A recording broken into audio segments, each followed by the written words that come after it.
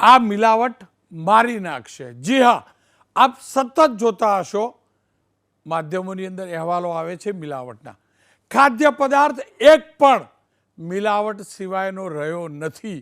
ત્યાં સુધી કે હવે તો પાણી પણ મિલાવટી આવે છે।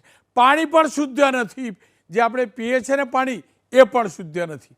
અને સૌથી પવિત્ર ગણાતું ઘી, કે જેનો દીવો થાય છે, એ ઘી સતત, ઘીની અંદર સતત મિલાવટના કિસ્સા સામે આવે છે। કિસ્સો સુરતનો આવ્યો છે। સુરતની અંદર શહેરના કામરેજ, એટલે સુરત જિલ્લાના કામરેજમાં નકલી ઘી બનાવતી ફેક્ટરી ઝડપાઈ છે। કામરેજના કઠોરની અંદર માનસરોવર રેસિડેન્સી ફ્લેટ, આપ વિચાર કરો, એક ફ્લેટમાં બ્રાન્ડેડના નામે નકલી ઘી, સુમૂલ ત્યાંની પ્રસિદ્ધ બ્રાન્ડ છે, સુમૂલ ડેરી છે, એનું નામ ઉપયોગ કરી આખો ફરજીવાળો ચાલતો હતો। અને આપ એ આખી ફેક્ટરી જોઈ શકો છો, જ્યાં જબરજસ્ત આખું પેકિંગ સહિતનું કારખાનું પકડાયું છે સુમૂલનું નકલી ઘી બનાવવાનું। અને ફરીથી કહીશ, આ ફરજીવાળો ફૂડ એન્ડ ડ્રગ્સે નથી પકડ્યો, આ ફરજીવાળો બાતમીના આધારે પોલીસે પકડ્યો છે। અને પોલીસે 108 ઘીના ડબ્બા, 38 ખાલી ટીન, પેકિંગનો સામાન તમામ અહીંથી જપ્ત કર્યું છે, તમામ જપ્ત કર્યું છે। કયા કયા પ્રકારની મિલાવટ થાય છે અને એના અલગ અલગ જે કિસ્સા સામે આવે છે, તે ડરાવનારા અને ચોંકાવનારા છે। પાલનપુરમાં ફૂડ એન્ડ ડ્રગ્સ વિભાગની કાર્યવાહી કરેલી અને ખાદ્ય મસાલાના સેમ્પલ લીધેલા।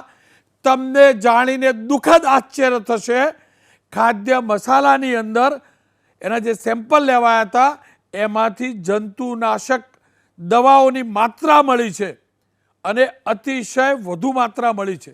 9 ઓક્ટોબરે પાલનપુરની વિવિધ દુકાનોમાંથી મસાલાના 14 સેમ્પલ લેવાયા હતા, જેમાંથી 5 સેમ્પલમાં ઝેરી તત્વોની માત્રા મર્યાદા કરતાં ઘણી વધુ હતી। ફૂડ એન્ડ ડ્રગ્સ વિભાગે ત્યાં હવે કાર્યવાહી શરૂ કરી છે। હવે વાત મસાલા બાદ પાણીની કરી લઉં તો શુદ્ધ પાણી, આપણે વિચારીએ ને જગની અંદર શુદ્ધ પાણી મળે, બોટલમાં શુદ્ધ પાણી મળે, પરંતુ સુરતમાં શુદ્ધ પાણી પણ ભેળસેળયુક્ત વેચાતું હતું। બજારમાં વેચાતી પાણીની બોટલોમાં કેટલા ટકા શુદ્ધ પાણી છે ને, તેને લઈ લેબોરેટરીમાં ચકાસણી કરવામાં આવી તો 14 સેમ્પલમાંથી 9 નમૂના ફેલ થયાનો ખુલાસો થયો છે। છેલ્લા 11 મહિનામાં મિનરલ વોટર, પેક જે બોટલ આવે છે તે બોટલ, જારના પાણી, આ બધાના સેમ્પલ લેવાયા તો ફેલ થયેલા સેમ્પલમાં મિનરલ્સનો અભાવ હતો। પીએચ મૂલ્ય 6.5 કરતાં ઓછું હતું। ક્લોરાઇડ અને હાર્ડનેસનું સ્તર 500થી વધુ હોવાનું પણ સામે આવ્યું છે। મોટી મોટી કંપનીઓ બજારમાં શુદ્ધ પાણી ભેળના નામે અશુદ્ધ પાણી વેચે છે। Kashtbhanjan enterprises, HN traders, Varun enterprises, fresh, trim beverages, Rathod brothers, બીથ beverages, PM marketing, Nirali beverages and foods અને ગજાનન ફૂડ્સ એન્ડ બેવરેજીસના નમૂના નિષ્ફળ નીવડ્યા છે। આપ કલ્પના કરો, પાણી શુદ્ધ નથી, તેલ શુદ્ધ નથી, ઘી શુદ્ધ નથી, મસાલા શુદ્ધ નથી, મસાલાની અંદર જંતુનાશક હોય, અને જીરું અને વરિયાળીએ તો માજા મૂકી છે। અનેક વાર સમાચાર ઊંઝાથી આવ્યા છે, અનેક વાર જીરાની અંદર કેમિકલ મિક્સ કરવામાં આવે છે અને કલર બનાવવામાં આવે છે ગ્રીન કલરનું, પણ બેઝ પાછું જીરું નથી હોતું। ક્યાંક સિમેન્ટનો પાવડર મિક્સ કરાય છે, તો ક્યાંક એ જીરામાં લાકડાનો વેર મિક્સ કરાય છે। વરિયાળીની અંદર એ જ પ્રકારે લાકડાના ડુંડા મિક્સ કરાય છે અને કલર આપી ચમકીલું બનાવાય છે અને ફ્લેવર આપી દેવામાં આવે છે, અને આ બધું આપણા પેટમાં જાય છે। રાજ્યની અંદર કોઈ પણ પ્રકારનો મિલાવટી સામાન ન વેચાય તે જોવાની જવાબદારી ફૂડ એન્ડ ડ્રગ્સ વિભાગની છે, પરંતુ અનેકવાર આ વિભાગ ઉપર સવાલ ઉઠ્યા છે, કારણ કે ક્યારે સેમ્પલ લેવાય છે, ક્યારે રિપોર્ટ આવે છે, અને રિપોર્ટ આવે એ પહેલાં આ બધું આપણા પેટમાં ગયેલું હોય છે, અને ભાગ્યે જ થયું હશે કે મોટું જબરજસ્ત કન્વિક્શન થયું હોય। કદાચ કાનૂનમાં ફેરબદલની જરૂર હશે, માની લીધું, પરંતુ સવાલ એ છે, જાહેરમાં આ પ્રકારના કારખાના ચાલે છે મિલાવટના, આખું ગામ જાણે છે, હલકી ગુણવત્તાવાળો સામાન આપણા ગુજરાતના બજારોમાં વેચાય છે, એ ખાદ્ય પદાર્થો વેચાય છે, ત્યારે સવાલ એ છે કે ફૂડ એન્ડ ડ્રગ્સ વિભાગ કેટલું એલર્ટ છે. નારાયણભાઈ પટેલ પૂર્વ મંત્રી છે સરકારના, તેમને અનેકવાર આ મુદ્દો ઉઠાવ્યો છે. સરકારના પૂર્વ મંત્રી પણ છે, ભારતીય જનતા પક્ષના પૂર્વ ધારાસભ્ય પણ છે, તેઓ એપીએમસીના ચેરમેન પણ છે. નારાયણભાઈ સાથે જીરાની વાત કરીશું, પરંતુ એ પહેલાં દીપિકાબેન સાથે વાત કરીએ. દીપિકાબેન ડેપ્યુટી કમિશનર રહી ચૂક્યા છે એફડીસીએમાં. બેન, શું કારણ મિલાવટે બાજા મૂકી છે, અને ખાસ કરીને ઘીની મિલાવટ, અને હવે તો પાણી પણ શુદ્ધ નથી? રોનકભાઈ, આ મુદ્દો કદાચ આપણે 50 વર્ષ પછી મળીશું ને તો પણ આ મુદ્દો આવો ને આવો જ રહેશે. કારણ કે જે લોકો ખોટું કરે છે ને, વેપારીઓ, જેને એ લોકો લાયસન્સ નથી લેતા, ખૂણે ખાચરે ખેતરોની અંદર આવી રીતે ટેમ્પરરી 2-3 મહિનાનું કે કોઈ શેડ 2-3 મહિના માટે ભાડે લઈ અને આ લોકો કામ કરી અને એડલ્ટેશન કરી અને બજારમાં માર્કેટમાં માલ ઘુસાડતા હોય છે. આની અંદર જવાબદાર બેઉ છે, ખરીદનાર પણ જવાબદાર છે અને વેચનાર પણ જવાબદાર છે. ખરીદનાર એટલે એ રીતે કે જે વ્યક્તિ માનો કે કેટરિંગનો બિઝનેસ કરે છે અથવા જે વ્યક્તિ પોતે રિટેલનો બિઝનેસ કરે છે, એને પણ સસ્તો માલ જોઈતો હોય છે. આજે બજારમાં જ્યારે 350 રૂપિયાથી ઓછું ઘી ના મળતું હોય કિલોથી, અને એ જ વ્યક્તિને કોઈ 200 રૂપિયા આપે તો એ તો ખબર પડવાની જ છે કે આની અંદર એડલ્ટેશન કરેલું છે. એટલે લેનારને પણ આ જ જોઈએ છે અને વેચનારને પણ આ જ જોઈએ છે. હવે વાત છે ગ્રાહકની. આપણને ગ્રાહક તરીકે આ વસ્તુ આપણને ખબર નથી હોતી કે હવે આપણે સાચું ખાઈ રહ્યા છીએ કે ખોટું ખાઈ રહ્યા છે. મિલાવટ દરેક વસ્તુમાં આ લોકો કરતા હોય છે. એમાં દૂધ, ઘી, પનીર, ચીઝ, તેલ, મસાલા, બધી જ વસ્તુમાં મિલાવટ થાય છે. પણ આ જે કંઈ પણ થાય છે ને એને અમે ફૂડના માફિયાઓ કહીએ છીએ. હવે ફૂડના માફિયાઓને પકડાય કેવી રીતે? તો કે એ કોઈ બાતમીના આધારે, બાતમી ફૂડ એન્ડ ડ્રગ પાસે પણ આવે, બાતમી પોલીસ પાસે પણ આવે. કોઈક વાર પોલીસ રાઉન્ડમાં નીકળ્યા હોય અને કંઈક પેલી વસ્તુ જુએ કે આ કંઈક અહીંયા કશું થઈ રહ્યું છે, થોડી તપાસ કરે ને પછી અમારો બી સંપર્ક કરે, અથવા કોઈક વાર ઉતાવળ હોય કે એ લોકોને તરત પકડાઈ ગયું તો ત્યાં ને ત્યાં એ લોકો જપ્ત પણ કરી લે, પછી અમને નમૂના લેવા માટે મોકલાવે. હવે હાઈટેક જે આપણે લેબોરેટરી છે, અત્યાર સુધી પેસ્ટિસાઇડ્સ પકડાતા પણ નહોતા, પણ ફૂડ એન્ડ ડ્રગ વિભાગની જે લેબોરેટરી છે વડોદરાની અંદર છે, રાજકોટમાં છે, ભુજમાં છે, એ બધી જગ્યાએ હાઈટેક સાધનો આવ્યા. એટલે LC-MS-MS, GC-MS-MS અને ICP-MS-MS. હવે આ સાધનોથી નાનામાં નાની જે એડલ્ટેશન કરેલું હોય ને તે પણ પકડી જાય. આ લોકો રિવર્સ એન્જિનિયરિંગ કરે. તમે જે ઘીની વાત કરો છો ને, તો ઘીમાં પહેલાં RM વેલ્યુ અને BR રીડિંગથી ખબર પડે કે RM વેલ્યુ 32થી આસપાસ હોય, 24થી 32ની વચ્ચે હોય તો આ ઘી પ્રોપર છે, બરાબર. પણ એ RM વેલ્યુને પણ એ લોકો રિવર્સ એન્જિનિયરિંગથી RM વેલ્યુ સેટ કરે. એમાં એક એવું કેમિકલ નાખે કે જેથી કરીને RM વેલ્યુ આવે.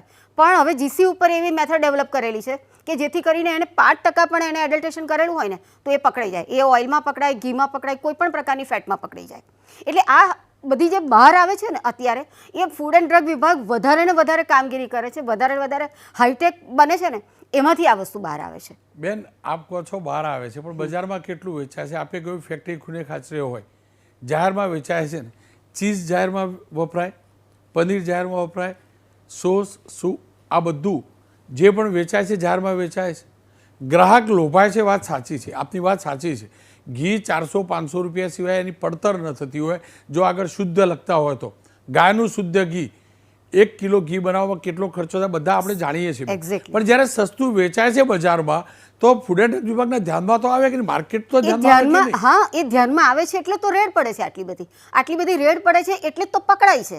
એમ તો પકડાતું નથી ને.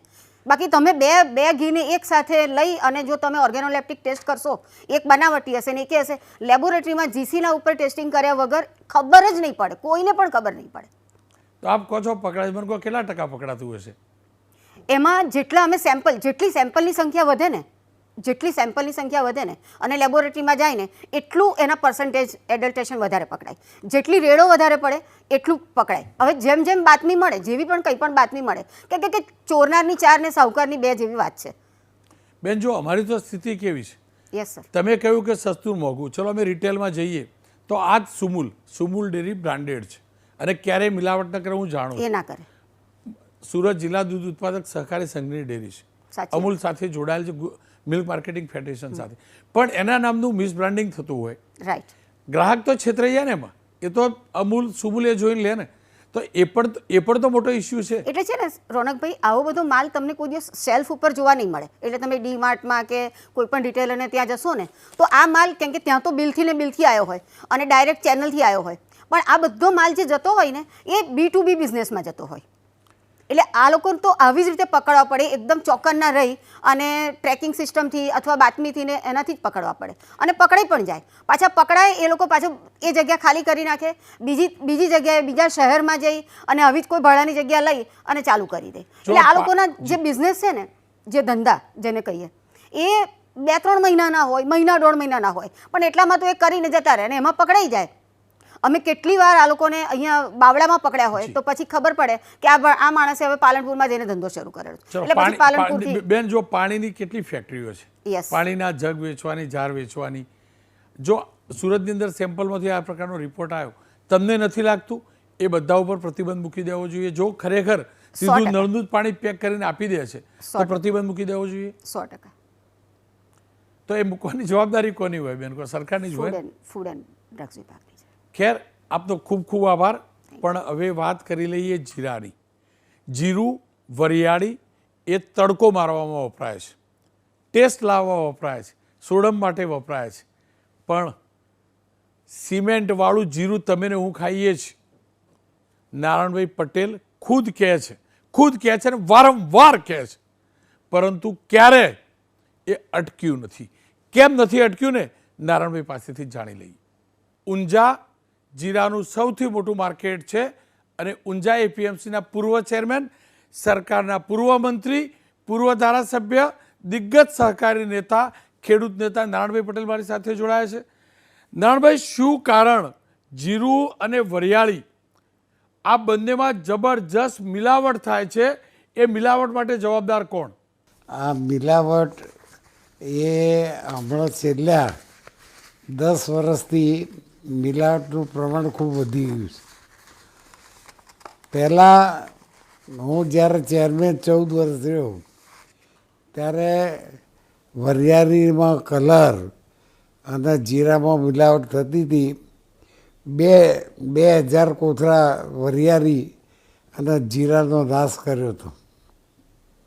અને એ વખતે પ્રવૃત્તિ અટકી જતી હતી, કારણ કે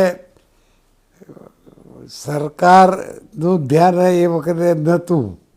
પણ કોઈ બુદ્ધિશાળી વ્યક્તિએ કીધું કે માર્કેટના ફૂડ ડ્રગ્સ માર્કેટના હાથમાં આવતું નથી, એટલે એને કાગળ લખાયું કે તમારી આ સત્તા પહોંચતી નથી અને જે કાર્યવાહી કરવી પડશે ડ્રગ્સ અને ફૂડવાળા કરશે, ફૂડવાળા.